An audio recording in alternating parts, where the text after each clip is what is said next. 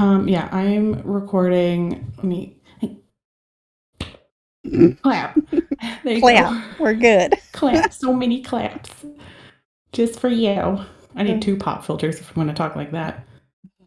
Oh, mine's coming in the mail today, Yay. actually. I have this one, but I don't know if I like it yet. It looks Today's very cool. right. Like you're like a Very much professional DJ. newscaster. Yeah. Tonight, my wine glass was provided by the husband. Got it for like a couple years ago now. But I don't know if you can tell. No, Badass. That's all I saw. badass and Badass. beautiful. Oh, badass and beautiful. I love it. I Yeah. have a wine glass that says Red Magic. And then also Cheers, because that was Target. Um, Pithy. One of these days, I will have to show you my redhead days. Mine was totally out of the box, but I went the Fifth Element Leilu red. Oh my god. I love it. Multipass. I'm not too young or old. I have I love that movie. I have the stones like 3D printed and painted to look like rocks. The stones and my vaccination card. I bought multi passes Oh that my you can god. slip the card into. That's amazing. Freaking love This it. is also out of a box too, by the way. I'm not a natural redhead That's right. or strawberry blonde, whatever this is right now. It's faded a little bit. Now that I have a job, I'm gonna go back to an actual hairstylist instead of just doing it myself. All right. If there are pictures of Oh, I Saint, had pink hair once too. I oh see no, N7 commented in our. Yeah, that was a lot of upkeep though. That was a very short period I had pink hair. I need pics. Send pics. N7. He says that there's pics of him with pink hair. I require proof. I mean, Pixar, it didn't happen is a legit argument. But are we ready to get this conversation started about the consort? 준비됐습니다, which means I'm ready in Korean. Also, the Navy says, always ready. Oh, Yeah, I know.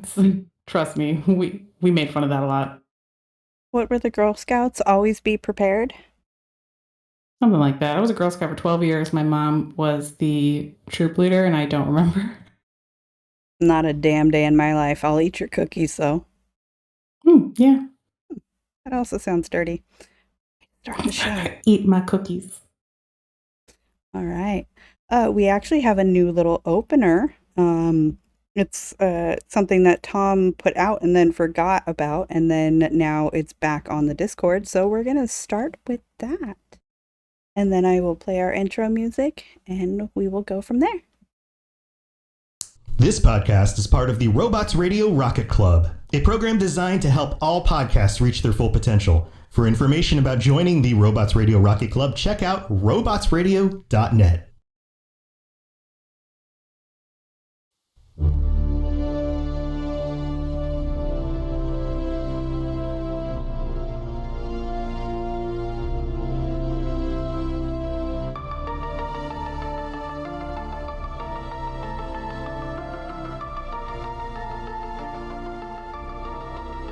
Welcome back to another episode of Two Girls, One Ship, where we break down your favorite video game romances. I'm Genesis, the girl who can't really think of anything pithy to say right now, and is still kind of full from all the food this week. And I'm Vervada, the girl who just started a new job and is finishing a degree. So I have no time to think, let alone think of pithy sayings. Our podcast centers on character and romance analysis using specific in game dialogue. So if you want to stay spoiler free, then this isn't the podcast for you. So here's your fucking spoiler alert. And thank you to the only kangaroo to be promoted to N7 status for that little clip. Today's episode is mostly an interview, and we'll get to that in a few minutes. But first, we are going to talk about the fastest romance in the Mass Effect trilogy, that of Sha'Ira the Consort. If you don't remember her, it's probably because you got lost on the Citadel. You first speak to her because, for whatever reason, Shepard is the best person in mind to solve petty issues involving jilted lovers. She asks you to speak to a former client, General Septimus, a Turian who apparently didn't understand the difference between business and pleasure. My cat's here. Hi, Mary. I have a friend, Septimus, a retired Turian general. I won't discuss the details, but he wanted me to be more than I could be. We had a falling out. Now he spends his days in Cora's den, drinking and spreading lies about me. Okay, so that was Sha'Ira. And then I actually ran into General Septimus Araka in my playthrough yesterday in Mass Effect 3. I completely forgot that he was in there. But he is the Turian who is sitting on the bench, who needs you when you're trying to recruit the Blood Pack and Eclipse and the Blue Suns. He is the Turian who's like, no, I need to do my part. And you're like, well, I'll get you better weapons. Anyways. So Sha'Ira asks you to go talk to the Turian, but if you want a special token of appreciation, don't run back to the consort immediately. Go find the Elcor and get him to quit talking shit too. Learn more about that token on the Mass Effect Lorecast. But basically, that's it. You help stop a jealous Turian from spreading lies about her, and she gives you a pep talk. Her gift of words changes depending on your Shepard's background and psychological profile, and you can sleep with her if you want after that. She's ready to go down no matter what. Yeah, I honestly can't really analyze her as romance because we just don't know enough about her as a character, and we also don't know enough about the culture surrounding Asari sexuality. So even though it seems a bit icky to me that she is like hanging all over Shepard during what it's supposed to be a business meeting, it may just be totally normal. I'm looking at this from my American woman's perspective. Like, our country is extremely conservative regarding most aspects of sex. You know, we are what's called a purity culture. We don't see many Asari getting upset with other Asari, but there are plenty of other races who get into an entanglement with an Asari and get their hearts broken. It's definitely different for Asari, however, and Liara explains a little bit when you first enter Cora's den if she's in your party. We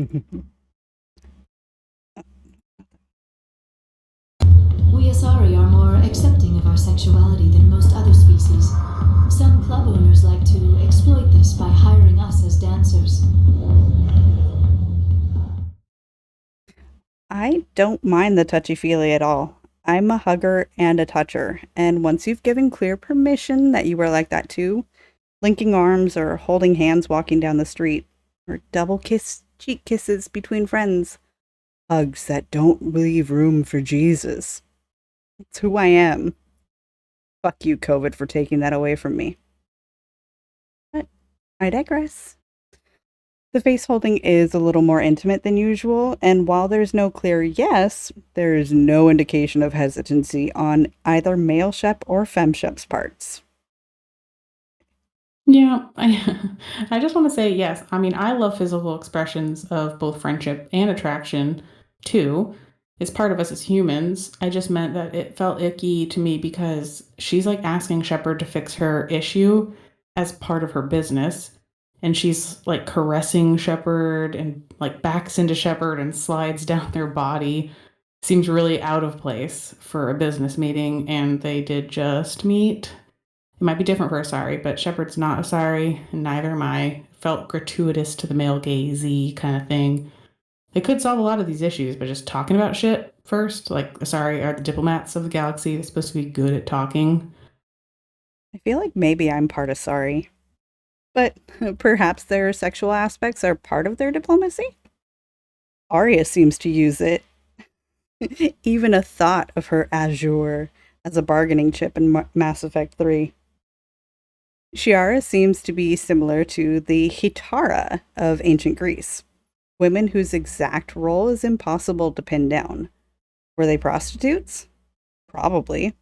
But they were also respected members of society with political roles, and they held great societal importance. According to the Mass Effect wiki, Sha'Ira's name, Sha'Ira, I can't pronounce that one today. Sha'Ira comes from an Arabic word that means female poet or poetess, which makes sense seeing as she is primarily a fancy life coach and sometimes sex therapist for all Citadel VIPs. And now I must ask you to leave. I have done everything I can for you. See?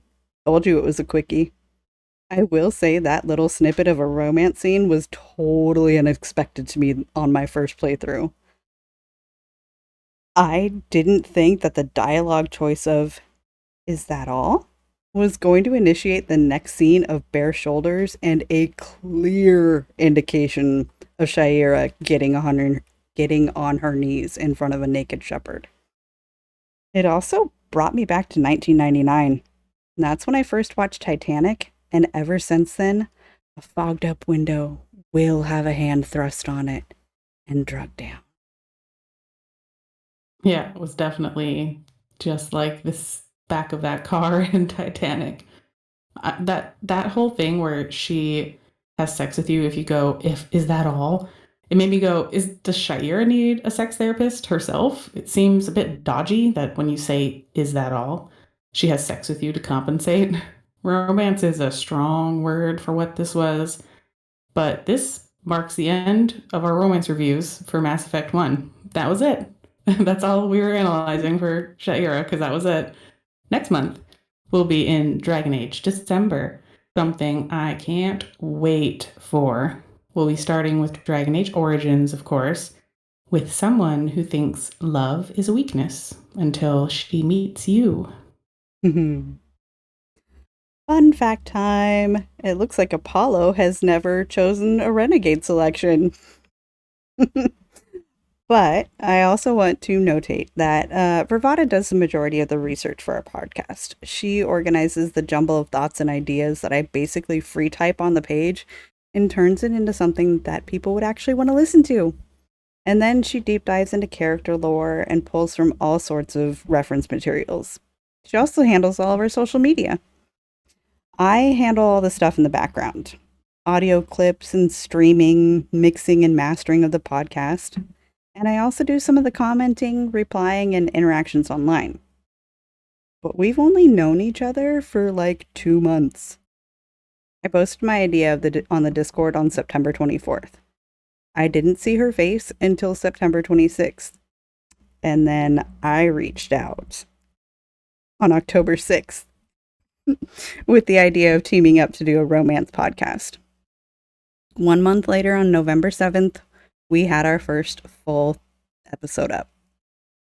But because we are such new friends, she has no idea what was going on in my life 6 months ago, let alone back in 2012.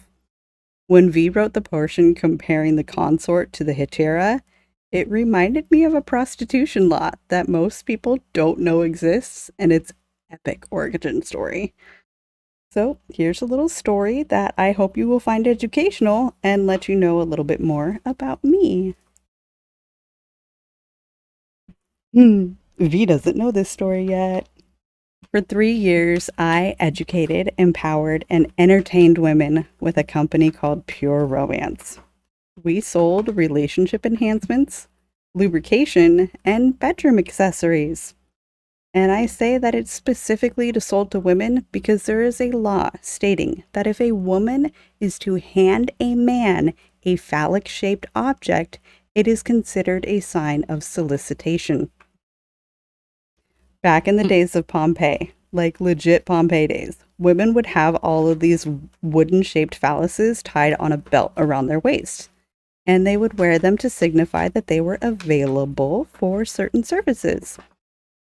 A gentleman caller would walk up and select what was essentially a dildo with a painting or a carving of the services they wanted performed. A price would then be negotiated, and the man would hand it back to her. Eventually, laws came to pass banning the practice of prostitution and solicitation, and they made it illegal for men and women to hand back phallic-shaped items to each other. So that is why men were not allowed at pure romance parties, because it would be illegal and solicitous of me to hand someone that I am not previously in a sexual relationship with. I had never heard of that law. Wow. I have heard of pure romance because I too was once involved in an MLM and had a bad experience. They now have not going to name what MLM it is, but if you're interested to know more, there's now a great docuseries about it on Amazon Prime. Ooh. And yeah, so I swore off all MLMs after that. So I won't ever experience pure romance, but I do know about it. Did not know about that law. I always thought it was like discriminatory. I'm like, they don't allow men. Like, I didn't realize it was because of the law. Mm-hmm. Yep. We cannot have men. And actually they went really discriminatory with it, because it wasn't even like you can't have men. The way that it was explained to me was, we can't have anybody with exterior plumbing. And I'm like, I don't like that phrasing at all. I mean, it's not exactly not accurate, but are we ready I think to move on to our we're interview? ready. Yep, I think so. All right. Well, now that we're blah, blah, blah, blah, let me learn how to speak again. I don't even have wine, so I have no excuse. Now, while we get our guest situated, please take a second to hear about some of the other podcasts on the Robots Radio Rocket Club. And for you streaming right now, you don't get ads. We are ad-free on the live stream. But let's get Yuri in here.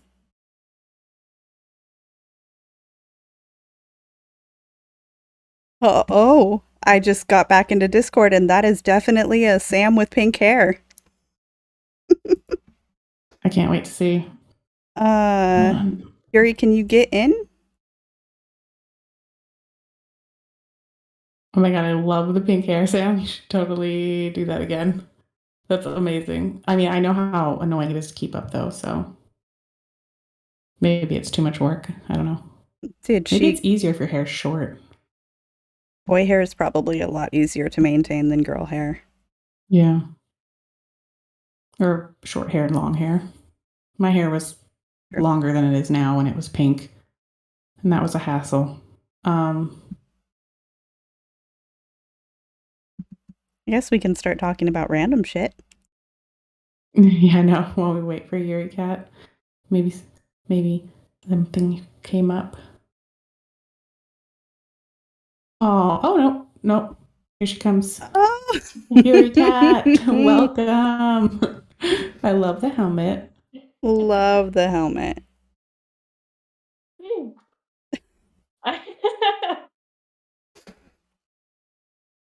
Hello.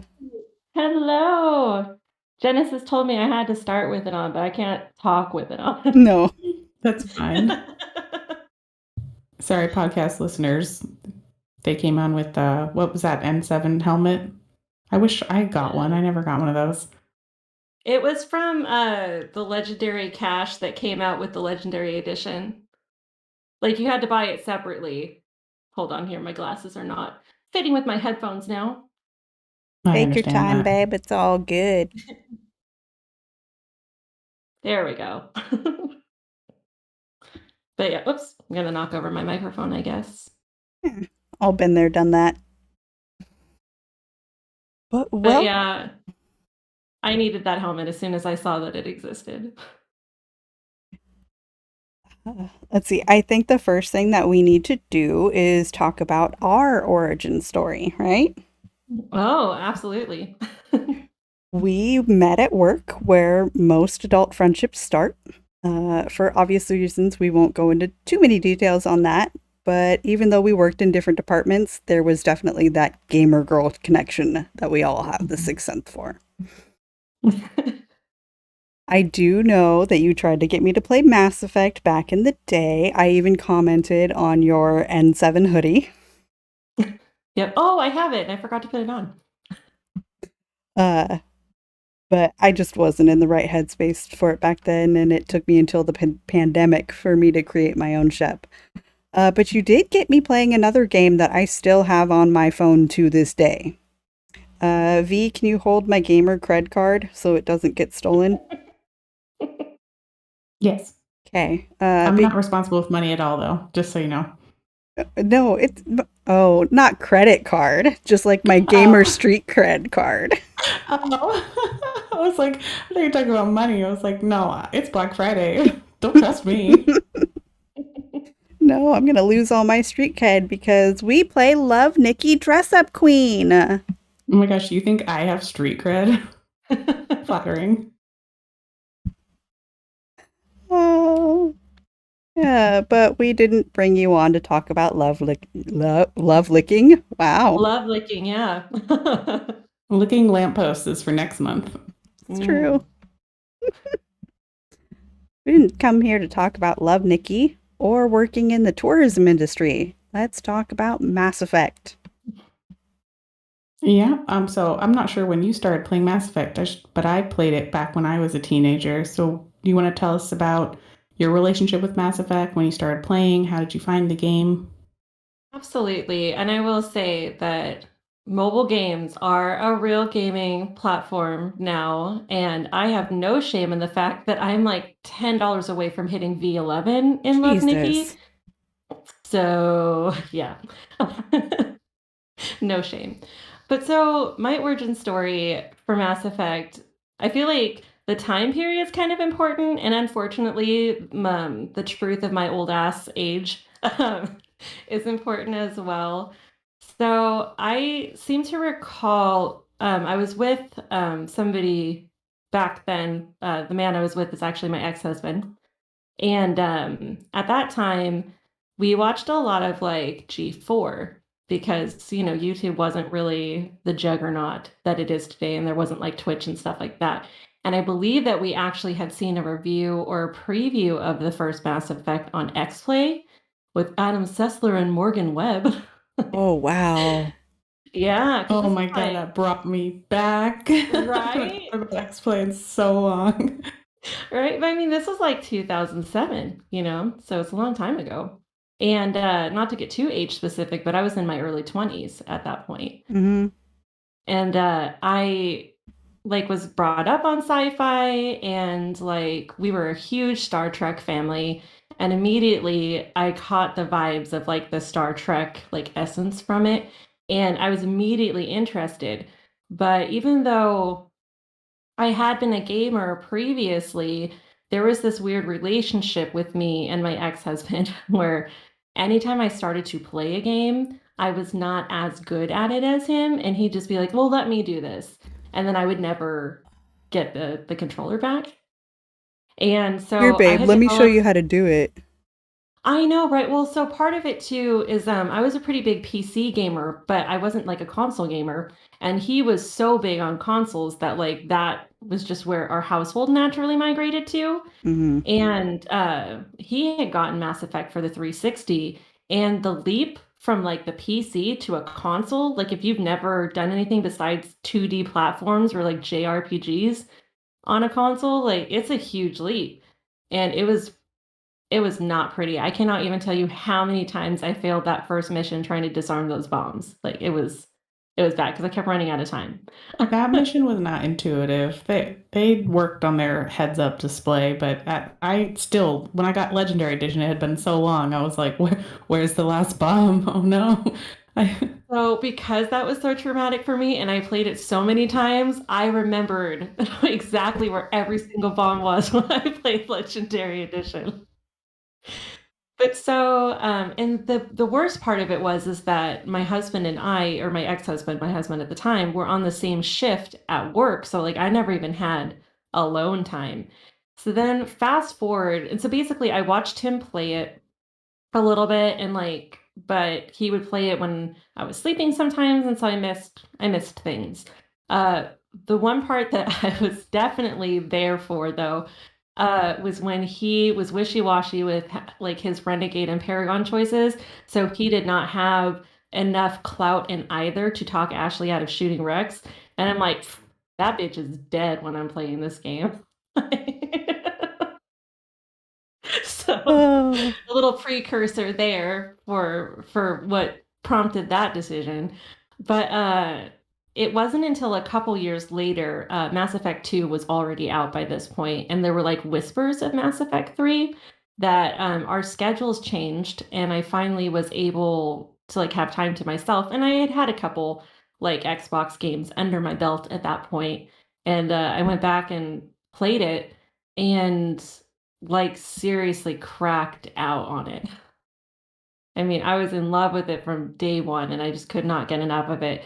There was one because we were night shifters, there was one night where I had started to play and he had gone to work. And then I heard him come in. I'm like, wow, you're home early. He's like, no, I was at work for 12 hours. I'm like, what? I had no idea. 12-hour gaming sessions are where it's at. Oh, I Yes, miss those days. I do too. I remember when Fallout New Vegas came out and I popped it in.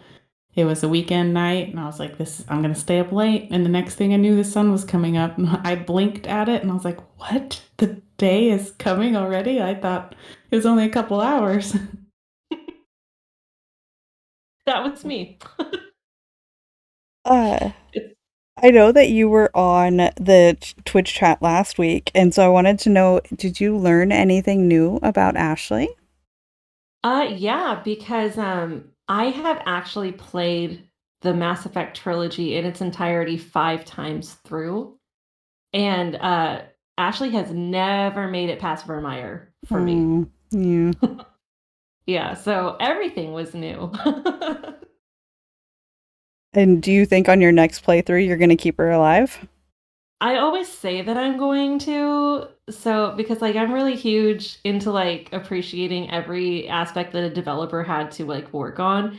And so I keep saying I'm going to, but I know this is kind of a weird thing and I'm jumping ahead a little bit here, but I'm going to play as Broshep, which I've never been able to successfully do before. I've started a couple times. It's just hard for me to immerse myself in it from a male perspective. But I do think that there is something about playing as a male that's going to make me more prone to keeping her alive.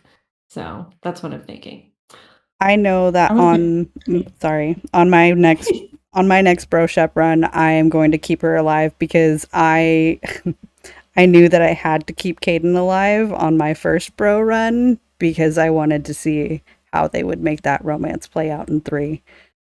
I wanted to experience that one, and I was like, so I had to keep Caden alive on my first bro run. That makes sense. I was going to ask, I've heard tell that you are a canon Caden romancer. You are hardcore Shenko. So would it be possible to save Ashley on Vermeer for you? Yeah, because if I'm honest, Caden was my canon romance. When I played Legendary Edition, though, I found myself like really like veering towards Garrus, which had never happened to me before. And I like even I romanced Caden in number 1, and then like so in my original playthrough, right? So my original playthrough, I went Caden and then like went totally celibate in the second game and then saved myself for him in the third game. And when I played Legendary Edition, I wanted to recapture the magic of like the first time I played. And I was like, I'm gonna do it exactly the same. But then like I kept finding it so difficult not choosing the flirtier like responses for Garrus. I'm like, there was just something that was speaking to me this time.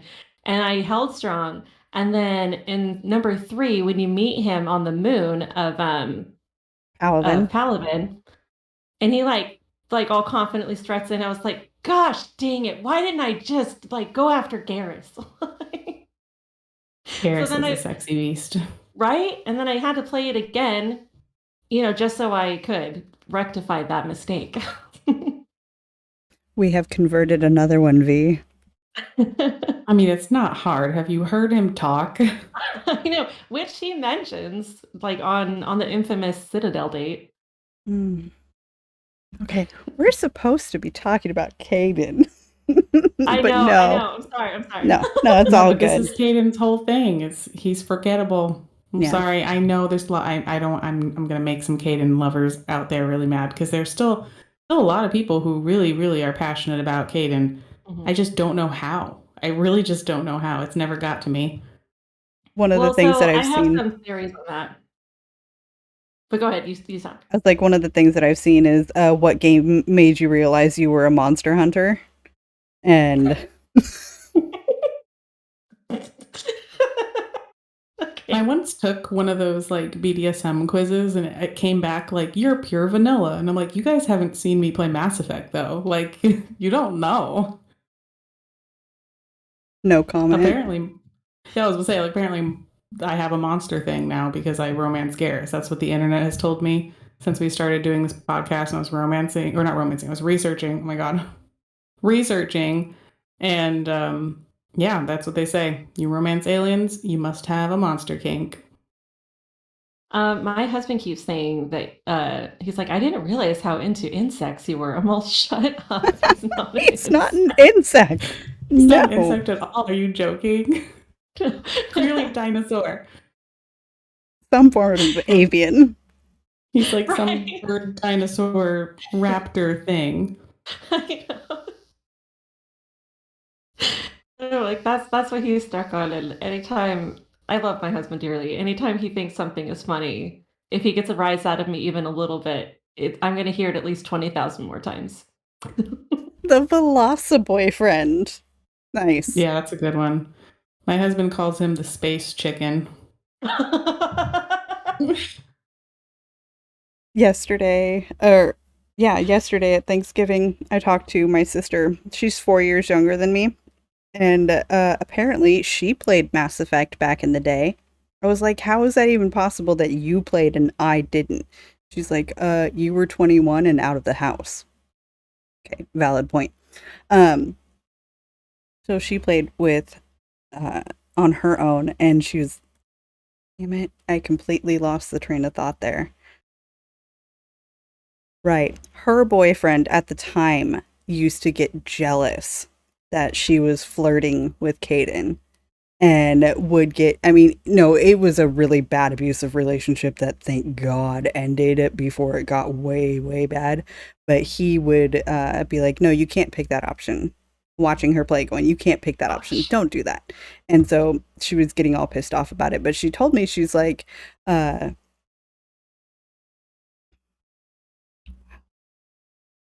what is going on with hi, my name is Tom Robots and I lose words. Well, we Hi, don't Tom. stand stupid boyfriends who tell you what you can and can't do. It I will say infuriates me so much to think about him. Yeah, I saw an AMA, or no, what is it, Am I the Asshole thing on Reddit, where it's like, my girlfriend is just flirting too much with this character in Skyrim, and I think she's cheating on me. And I was like, is this for real?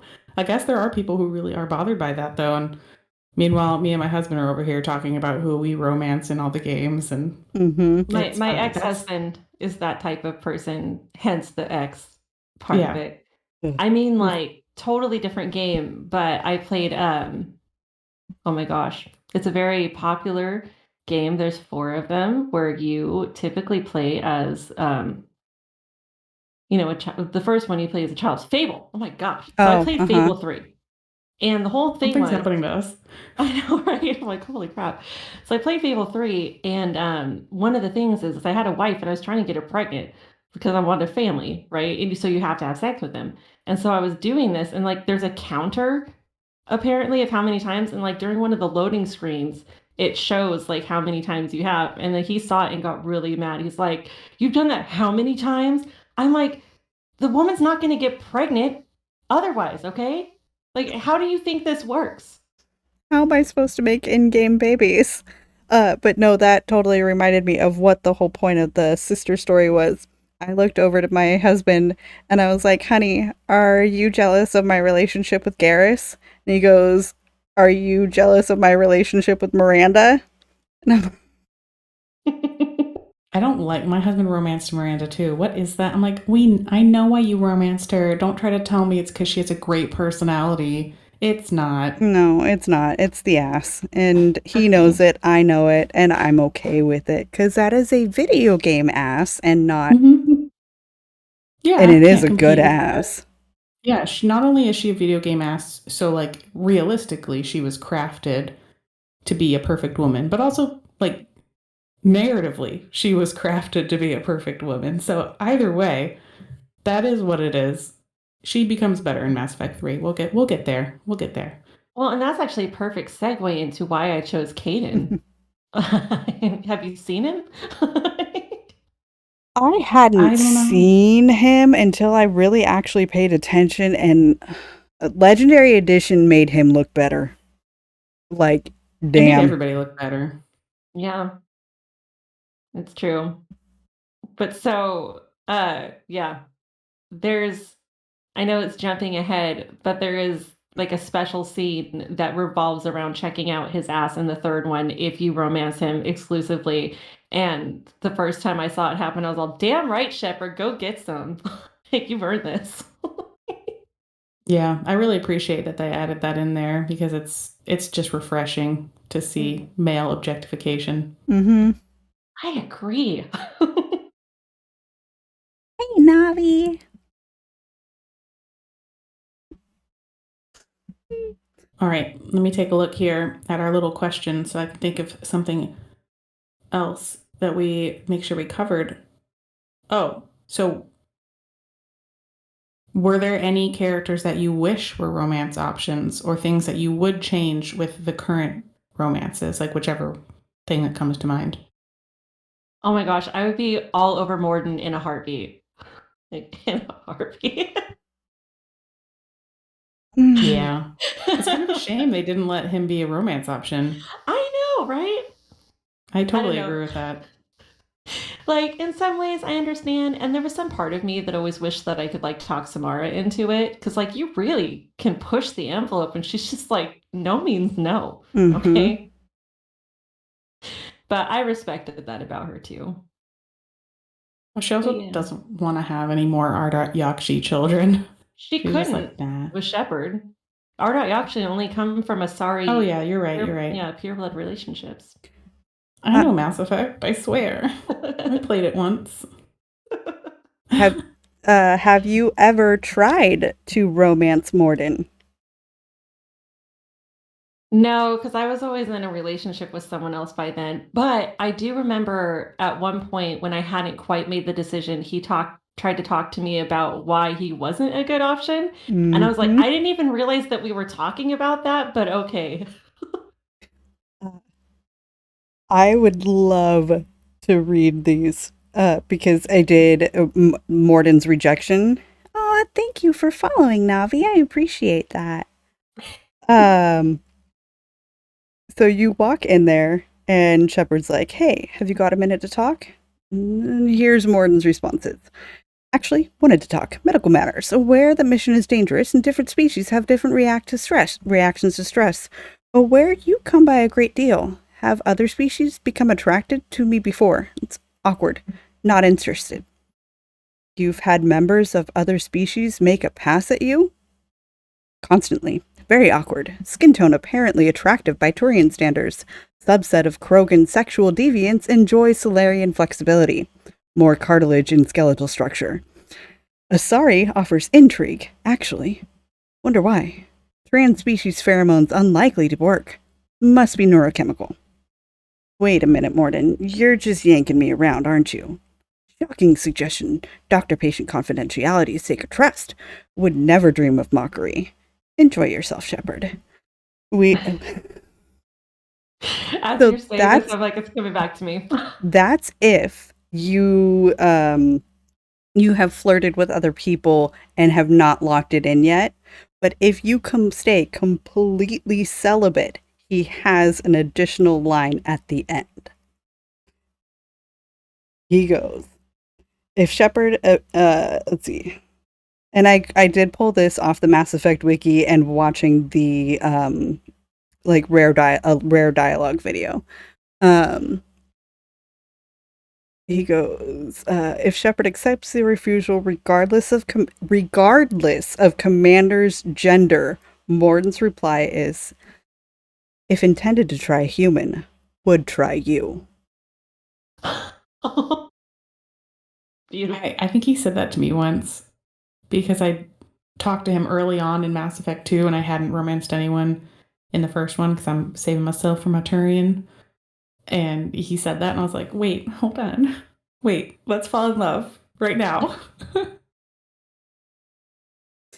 Oh, but yeah. So no, unfortunately, Morden is not and will not be an option. But if he I was know. interested in humans, he would try you. And like really, if you think about it from a stamina standpoint, it'd be pretty interesting. I don't He's even got a know, lot like, of energy. yeah, but Either wouldn't that that or just it'd be be like, fast? yeah. It would either be Maybe. Oh, tantric that's or true. rabbit. Especially, I was thinking about this. They do have a tendency to go through things really quickly, so maybe that wouldn't be because they only live for like what is it, 40 years? Mm-hmm. Yeah, 40 years. And I'm also just thinking about how they reproduce, which is like eggs externally, fertilizing eggs, like fish, basically. And so I'm just like, is it? I don't know how that's gonna work. My job to research what a Solarian penis would look like. So yeah, I guess one day we'll find out. I don't know. I see. I can definitely fall in love with him personality wise, but as far as sex goes, I don't know if that would work. Like, I don't know if it would work, even if they wanted to try. Like, I have no idea. Yeah, it's But true. I mean, it's good to dream. And I think it's cute that Morden does say that because, I mean, the only other time you really hear about Solarians and romance or sex at all is that, like, bachelor party where Mm-hmm. you hear about them, like, setting up their really elaborate marriage system that they have. And then there's, like, a lap dance or a pole dancer on the table. And they're just like, well, this doesn't do anything for me. And the Solarian just keeps talking about how they're not attracted. Like, it's just, they don't feel that at all. And so it's kind of cool to see that Morden does have that maybe a little bit.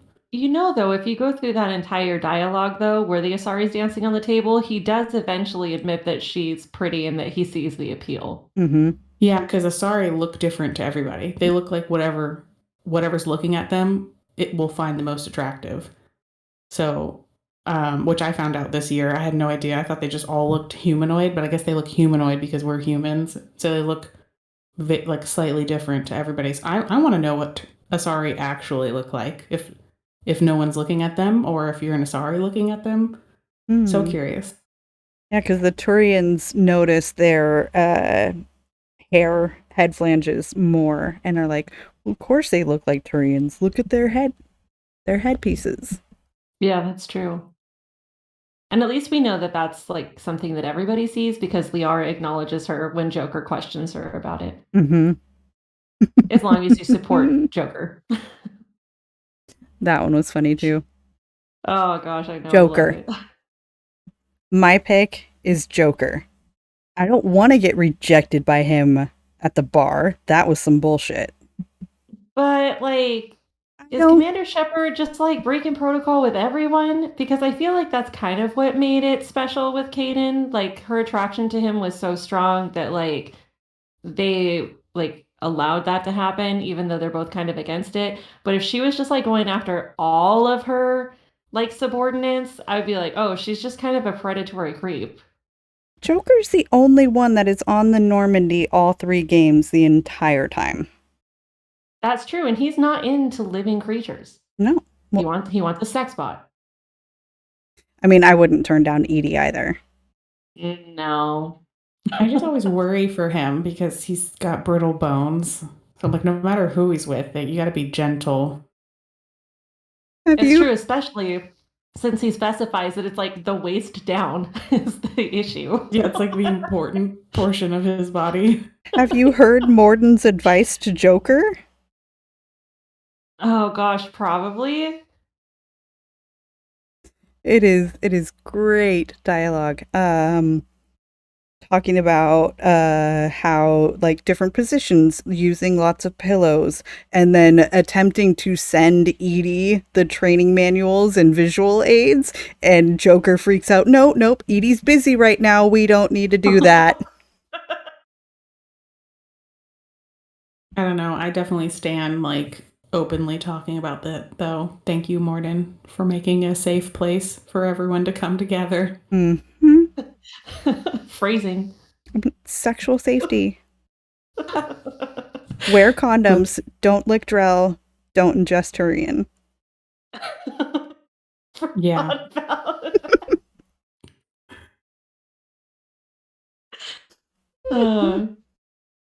But I will say, so if you guys are, interested in hearing my thought process behind the selection of Caden, I actually have given this a great deal of thought over recent days because I was wondering like what changed for me that kind of led me more toward Garrus than Caden when I felt really strongly about him before.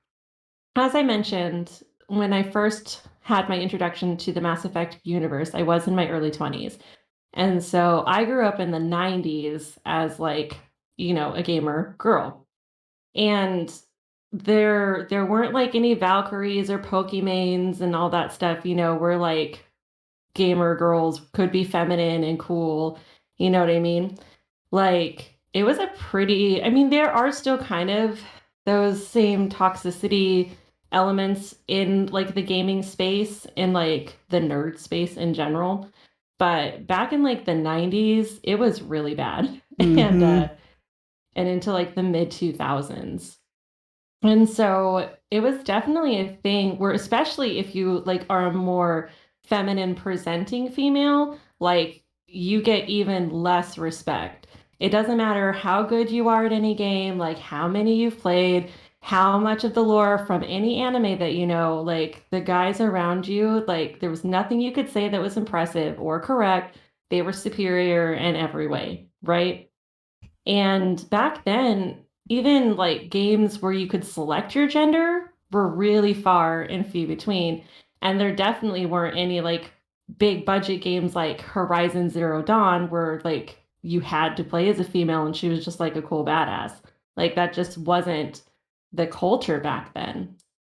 And I remember there was this anime club at the community college, and they would play video games sometimes. And there was this game that was called Super Puzzle Fighter 2 Turbo, and it's like a puzzle fighter.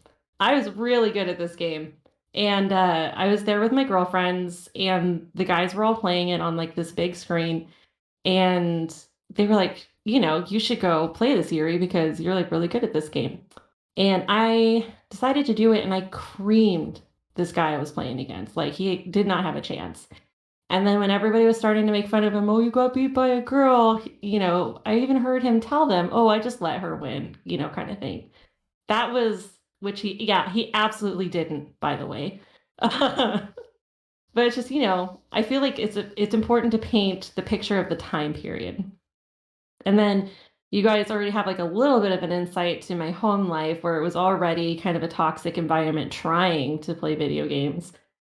And so then you get into Mass Effect. And I spent almost an entire hour creating my Shepard, like tweaking every little thing about her until I was completely satisfied with her. I love character creation anyway, so that really spoke to me. But then there's that moment when you're walking onto the ship and you're talking to everybody and they're like handing you the little tablet to read and everything. And then the camera spins around and you see your Shepherd for the first time. And for me, because I went with a female aspect, like I teared up. It was amazing. I'm like, look at this like badass, beautiful woman that I just made getting all this respect and everything. And then enters Caden, who is an attractive, powerful man in his own right, has a long like history in the military, has been through some shit and everything, but he has every bit the ounce of respect for her that she deserves too. There's never any toxic masculinity there toward her or anything. And the fact that he was attracted to her, even knowing that even despite his biotic, she could probably still kick his ass. Like, I don't know. For me, that really resonated with me. I was like, I don't know. And he is attractive. I always thought he was attractive. But it was just one of those things. I fell in love with the way he interacted with her, the respect that he showed her, and just like, I don't know, everything about it. So, and I think a lot of it had to do with the fact that that in itself, unfortunately, was a little bit based in fantasy because I had not seen that kind of interaction in reality. Mm-hmm. Mm. That's Yeah. such good points. I mean, Mass Effect, just in general, I feel like did that for so many people. And I remember because I also grew up in the 90s. I've also been a gamer my entire life, and I've had plenty of men question me, gatekeep, try to make me prove my fandom about various games or whatever. I was president of the anime club when I was in high school, so I'm definitely like a wide reaching nerd. But Mass Effect specifically, because I played it when I was a teenager when it first came out, it's part of the reason that I joined the Navy, because it was the first time, like you said, that I was like, wow, this woman that I'm playing as not only is respected by everyone, but she's doing the same thing that male Shepard does. There's no differences in the storyline based on the gender. Like, yeah, you can romance different people, but that's it.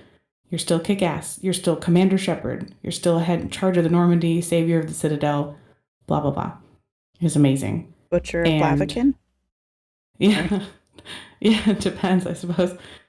But yeah, I remember after this is past the first time I played Mass Effect, and I was sitting at my desk when I was in the Navy. I was an intel person, so I was doing my stuff, and this one guy came up. I always played Pandora when I was writing reports, and a Halo song came on. And, you know, I'm not really that big of a Halo fan, but I really love soundtracks, especially game soundtracks. Nice instrumental music to type things to. And he sits down behind me and he's like, "You're not really listening to that." And I'm like, "What?" He's like, "That's a game soundtrack. Like, you're just playing it because you want a guy to like you." And like, he literally said that to me. And I was like, "No, I actually really like games." He's like, "Oh, really? Name one game." Like, he literally did. I can't even make this up. He literally did that. And I, at the time, was playing Skyrim because it was when that came out. And I said that. And he's like, "Well, did you play Morrowind?" I'm like, "No, I didn't." He's like, "Oh, well, that's the best Elder Scrolls game. So if you haven't played Morrowind, then you haven't really played Elder Scrolls." And I was just like, what is this? And those type of things happened all the time. And that is honestly why I think we always, like, BioWare, not only is it just opinion that BioWare does the best romances, it's also fact. They're the industry leader. And part of the reason I think that is because they don't have that in their games. Like, the men, that's what I love about Garrus. That's what drew me to Garrus, is because Garrus is a follower. He idolizes Shepard. I mean, everyone kind of idolizes Shepard, but it's like a mentor mentee relationship with Garrus and Shepard. And I was like, that is such a fascinating dynamic to me that I had never seen in my life at that point. I was like, the woman's in charge. Like, she's the wearing the pants, for lack of a better term, right? And like you said, BioWare made that a reality. It was so cool to see that, and I'm so glad that it's happening more and more often. Oh gosh, me But too. yeah, I'm sure every, especially girl gamer, has a story like that, if not more than one. Yep. I remember Yeah. the first video game that I played as a woman as, and is Xena Warrior Princess. They came out with a video game on the PlayStation, and it took like maybe 6 hours to beat total. But it was awesome that the only character selection was the woman. I mean, it's a game about Xena. You are playing as Xena. You get to be Xena. Fast forward, 5, 6 years down the line, my little brother is playing. Little punk ass asked me, "How do I switch to play as Joxer?" No. No, you do not get to play as Joxer the Mighty in my Xena game, kid. No. Rant. He's much better Yeah. now. Oh, that's good. Jennifer Hale has this beautiful story, the voice actor for Female Shepherd, of being at like a release party for Mass Effect 3. And it took until the third one, but it was the first one where they had her on the cover, FemShep. And they had her do the honors of opening the box, like with the box cutter, and she opened it. And when she saw all of the games in the box, with her character's face on it being the prominent like person on the game, she lifted one up, jumped on a table, and was like, cheering, and all the fans that showed up were cheering, and she's like up there just crying, like, because it is such a hard like thing for women to get that kind of recognition, in a lot of industries, but in particularly in like the gaming industry. And it is getting better, but it's ridiculous that we've had to fight so hard. Yeah. It's still a long way to go before it's good enough, I think. Right. And, I think it's really hard. There's a lot of men, not any that I associate with, thankfully. All the men I know are very cool about it and are good listeners.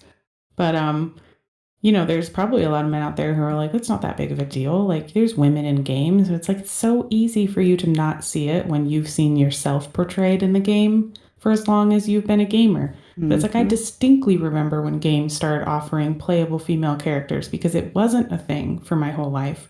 And it's a very new thing that you can be a woman who is not wearing like a bikini or something, Yes. Oh like my gosh. we have like normal armor, or you're not a sexy high-pitched voice or something, you know what I mean? And that for me, that that I can distinctly remember is BioWare games. I actually played Dragon Age before I played Mass Effect, which is why I'm very excited for Dragon Age December.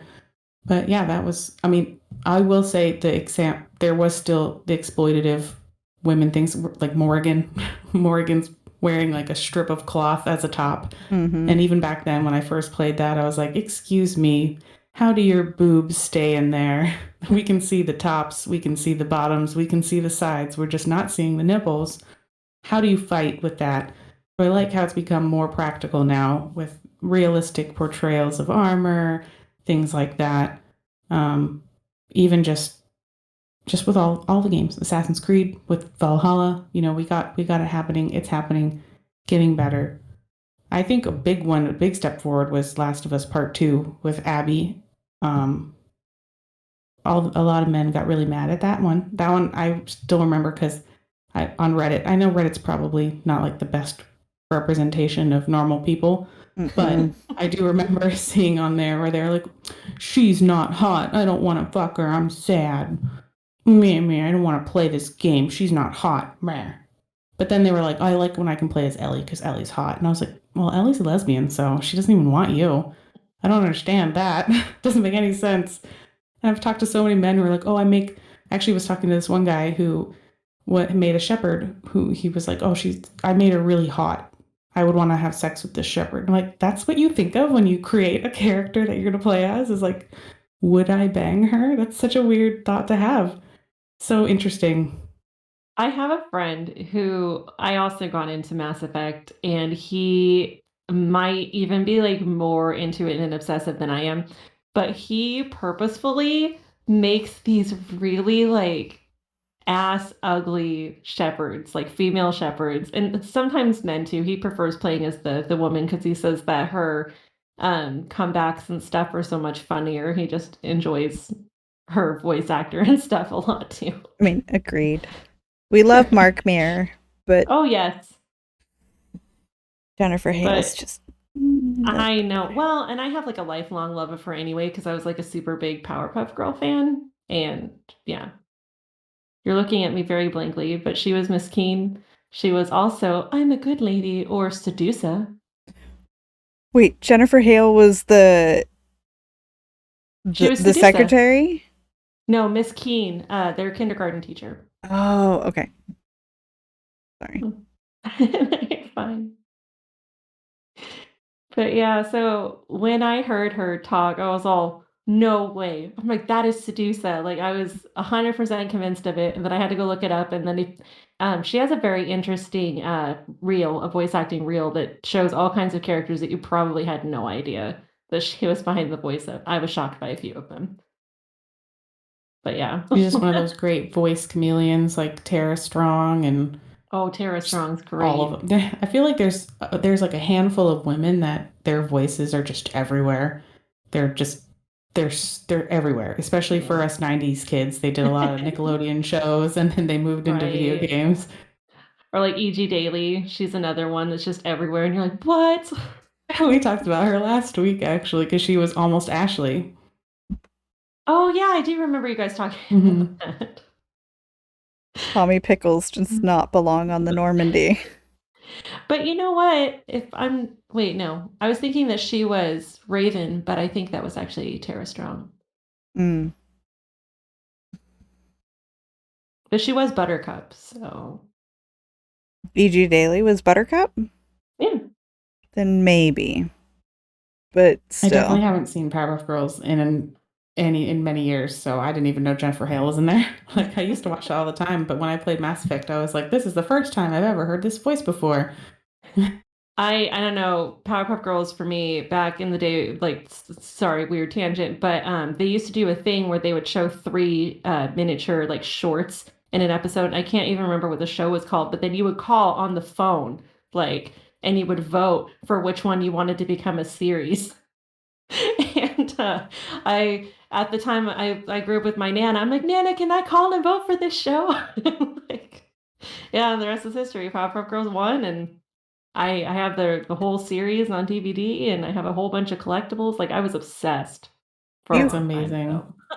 Do you have any other Mass Effect gear that you want to show off? Oh, so let's see, make everybody dizzy here, and you get a little glimpse at my kind of messy room. But that is my Ooh. Mass Effect shrine back there. Oh, you have an Omni tool. I do. I got one this year. It's supposed to come next month. It was one of those like fan passion project things. Oh, this one came For- from Think Geek before GameStop like bought them out.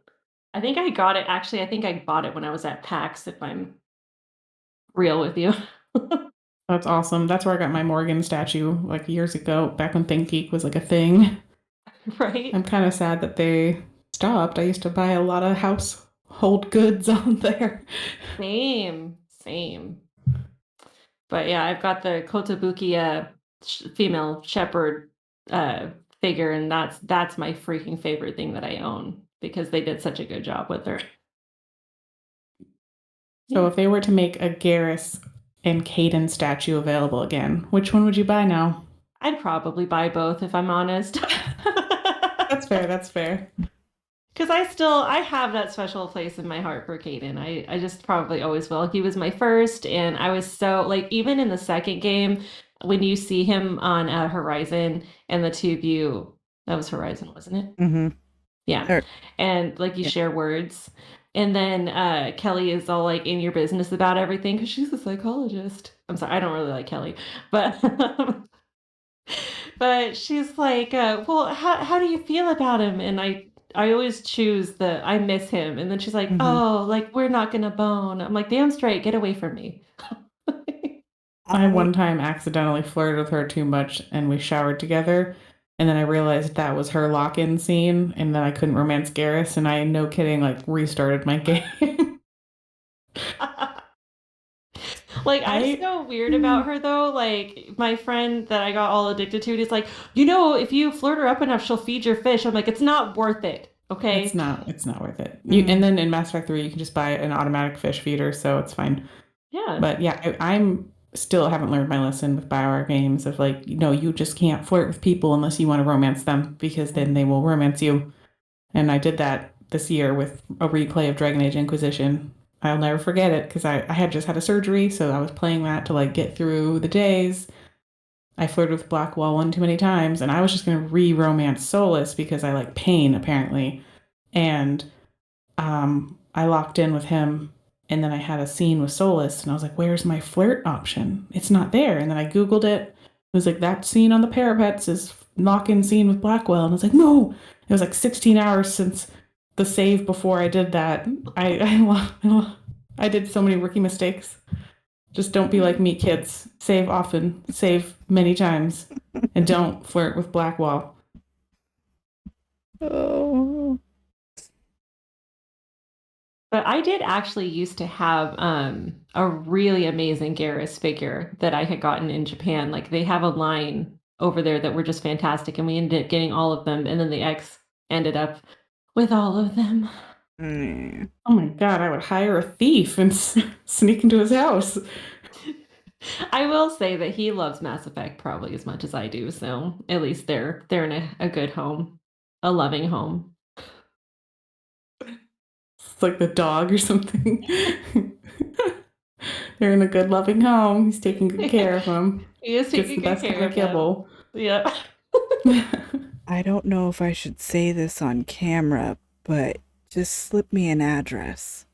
I might know a guy. Yeah, honestly. I would do it for free. I'll steal Garrus. Oh gosh, I wish, because they're like, I found them on eBay and they're like $400 now, and we did not pay that much for them. Well, Oh my now we gosh, gotta I know. go. I remember the Yeah. first Garrus statue that they released years and years ago, and I had the money. I was in the Navy, and I was like, I don't know. I'm going to be moving a lot. I don't think I want to buy extra shit. And I didn't get it. And then I missed the one that they released this year, and now they're all like $1,000 on eBay. And I'm They so sold out annoyed. fast. They sold out so fast. I managed to get Liara. I don't even like Liara that much, but I just was so desperate to have some Mass Effect statues. I mean, I like Liara, but like obviously I'd rather have Garrus. Right. Yeah, that's a big regret. I remember that day. I almost put him in my cart, and I was like, no, stupid past me. I may or may Like if you not. could go back in time, that would be the thing. That's like the one thing I would change, and then the one thing I would grab in a fire. You're like, sorry, cats. Oh my god, no. I would, just kidding. I have my cat in my lap, and he knows. He would either already be in my lap or in my arms when the fire broke out anyway, so he's coming with me. I'd also grab my kid, okay? Don't worry. The little Garrus Funkos are like $90 on Amazon right now? Really? And that is so insane. I don't know when you got yours, Jen. But I got mine years and years ago. This Garrus has seen shit. He has seen secrets, government secrets. He knows a lot.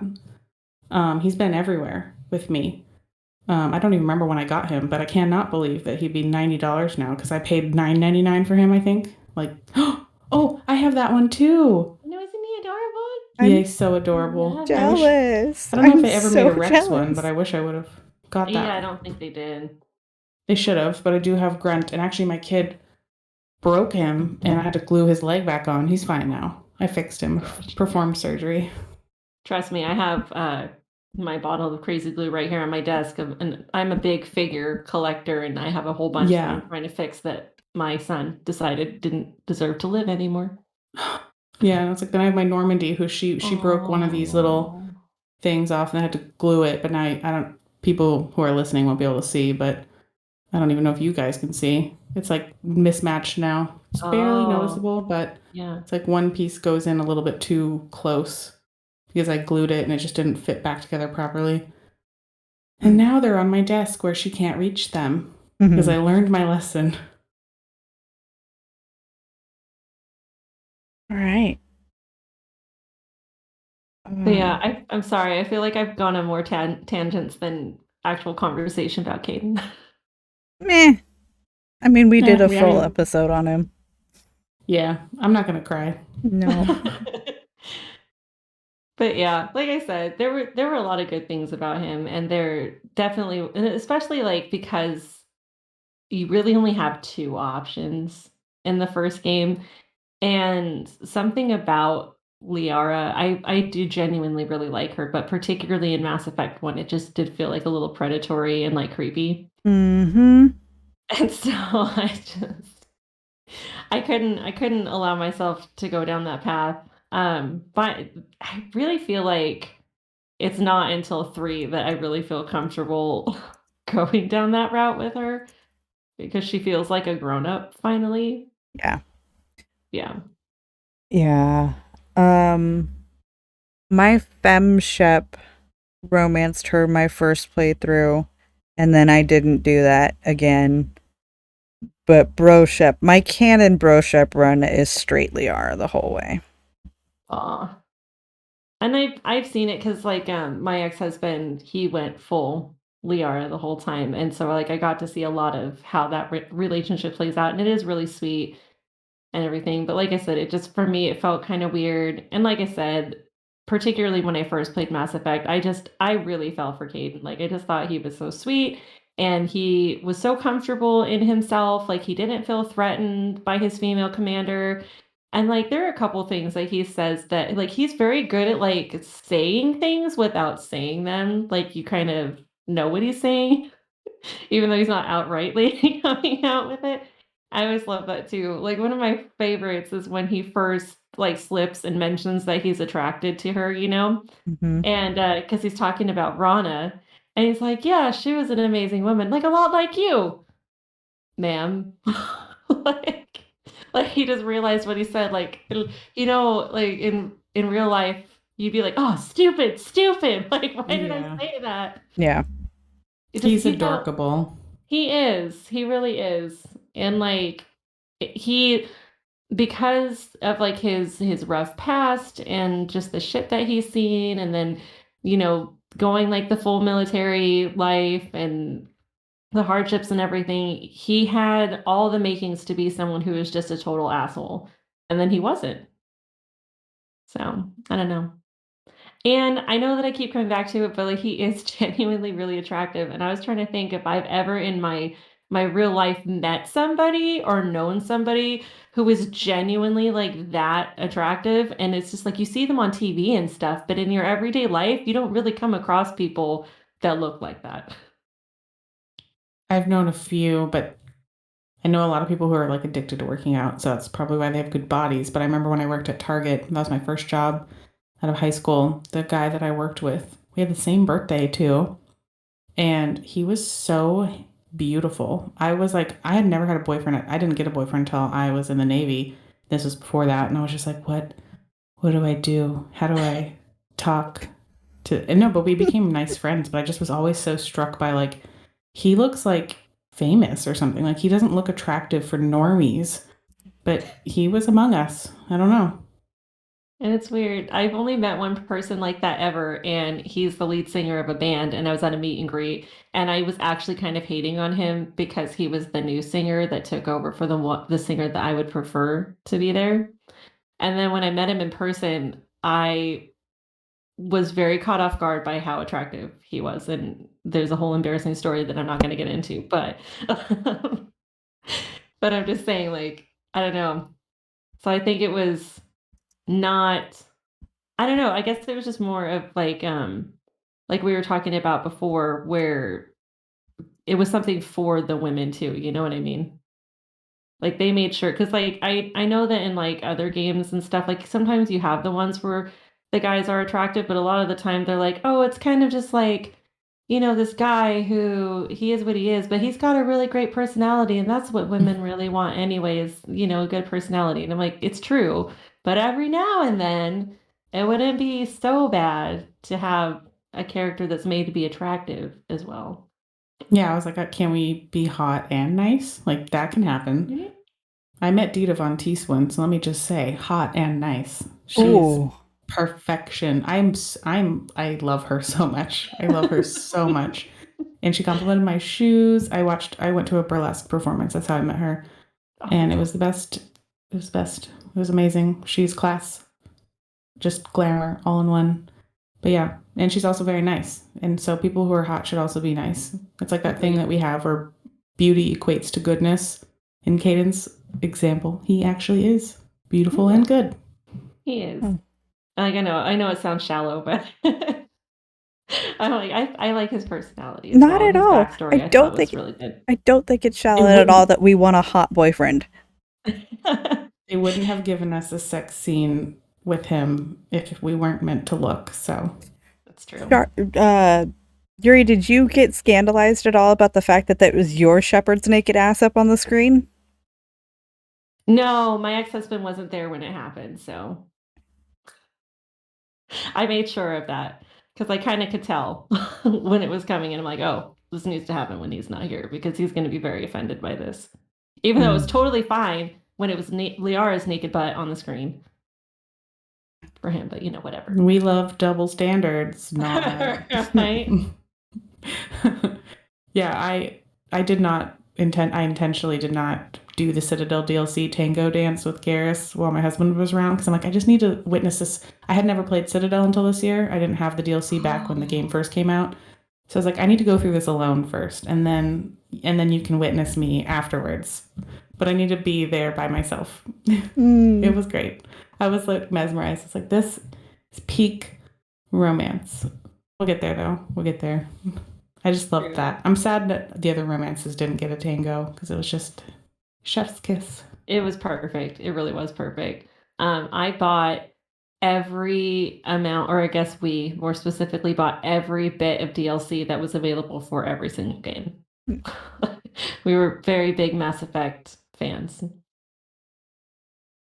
Citadel is the best DLC for fans, but I think Shadow Broker is the best from like a storytelling aspect and how much it can impact the game. Or no, either that or the Batarian one. I've always been a big fan of Arya's takeover of Afterlife. Or not Omega. Afterlife, Omega. Take back Omega. Yeah. That was a good one. That was a lot more. And I never had played that one either till this year. And I was like, wow, this is hours and hours of DLC. I didn't expect that. Right. I thought it was going to be shorter. I had never played them either. And the Talons. Oh, yeah. The Talons. That's awesome. Yeah. I was a big fan of Nyreen. It was really cool to see a female Turian. Oh, yes. Me too. I love that. I mean, I romanced Vetra in Andromeda, but I just wish the models looked better. Like back in Andromeda, they kind of just looked like they were wearing masks versus like a carapace. So I don't know. I hope we get to see more female aliens in the next Mass Effect. It was Agreed. Up until 3, we just had males. Yeah, that's true. As far as Andromeda goes, I accidentally romanced Reyes. Like I thought I was just flirting with him. I didn't realize that it was like an actual romance option. And then he doesn't even come back on the ship like during the time when it would be with someone else. I'm like, whatever. Yeah, he is to Andromeda what Jacob is to Mass Effect Trilogy, which is not like worth it. He's forced on you in weird ways and then just dumps you. And no matter what he leaves, yeah. Yeah. I'm like, my shepherd is not going to be dumped. No, sir. Mm-mm. No. Or my rider, even. Yeah, your rider. I'm like, at least Thane had the audacity to die when he left us, okay? Yeah, I like to imagine he's waiting for me on the shoreline. I know, but isn't that going to be really interesting when Kalahira, or no, it's not Kalahira. What was his wife's name? His wife. It's going to be awkward is all I'm saying. Oh, I mean, I don't know. I would hope that she would be like, yep, be happy. I'm dead now. So no, I mean on the shoreline. Like, isn't she waiting for him there? He's like, by the way, I have to tell you something. I know, right? I love that you've got this look on your face like you hadn't considered this before. No, I'm also just considering, like, what if the whole laundry list of my lovers was waiting for me, after being dead, and I'm like, I don't want to party on that beach. Yeah, the only way I'm going to see my ex is if I go to hell, so. Good I don't plan point. on it. Yep, nope, all right, I'm good. But I mean, like, when she passed, they were together, so he is her eternity, and then he moves on, which is fine, but like in the afterlife, the way Thane explains it, she's still waiting for him. And so then he's like, oh, actually I'm waiting for someone else when he gets there. I don't know, it feels messy, is all I'm saying. Yeah, and the legend has brought up a pretty good thing.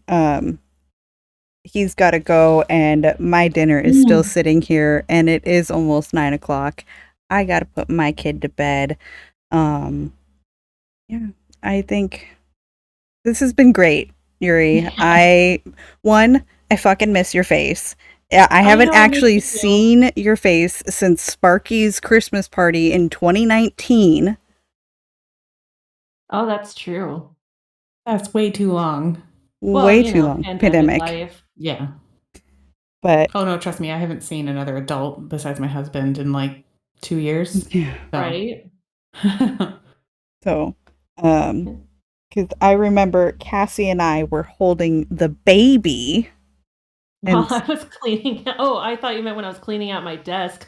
no, it is Rex's bedtime. Thank you, Apollo. I will let her know. That's my daughter's name. Um, she's my little Krogan. She's my Rex. Um, but yeah. So I am really excited to get started on Dragon Age December. I think that we have done a pretty awesome N7 November. We covered Caden, or actually Shepard covered Caden, and Ashley, Liara, and the consort. There is nobody else for you to even flirt with in any of these games in Mass Effect 1. So I think we did a pretty damn good job on reviewing video game romances. So too. And it's just like a random weird note. I did always wonder with Sha'Ira if she was kind of influenced by Inara in Firefly. Which came It out seemed first? Firefly, I'm pretty sure. Firefly, yeah. Okay. Yeah. But yeah, It could just a little be. food for thought. Definitely similar. Yeah. There have been, Anyway. prostitutes throughout the ages, and a lot of them in high political power. So, Yeah, but just the fact that she more like but was more of like a consultant. Like she was more like an emotional consultant. She didn't always necessarily get physical with people, and Sha'Ira felt very similar. true. Very true. Yeah. But yeah, thank you guys for having me. Thanks for joining us, Yuri Cat, and Yeah. everyone who's been in chat and everyone who's listened up until this point. Right, our little credit screen.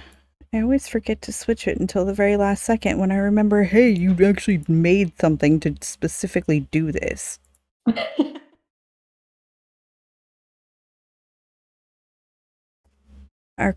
Thank you. Thank you for supporting this stream. Our moderators tonight were Streamlabs, Stream Stickers, and N7 the Legend. And we had a new follower tonight of Hey Navi21.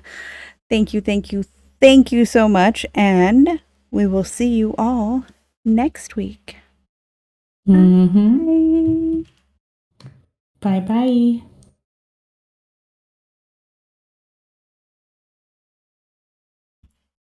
Stop streaming.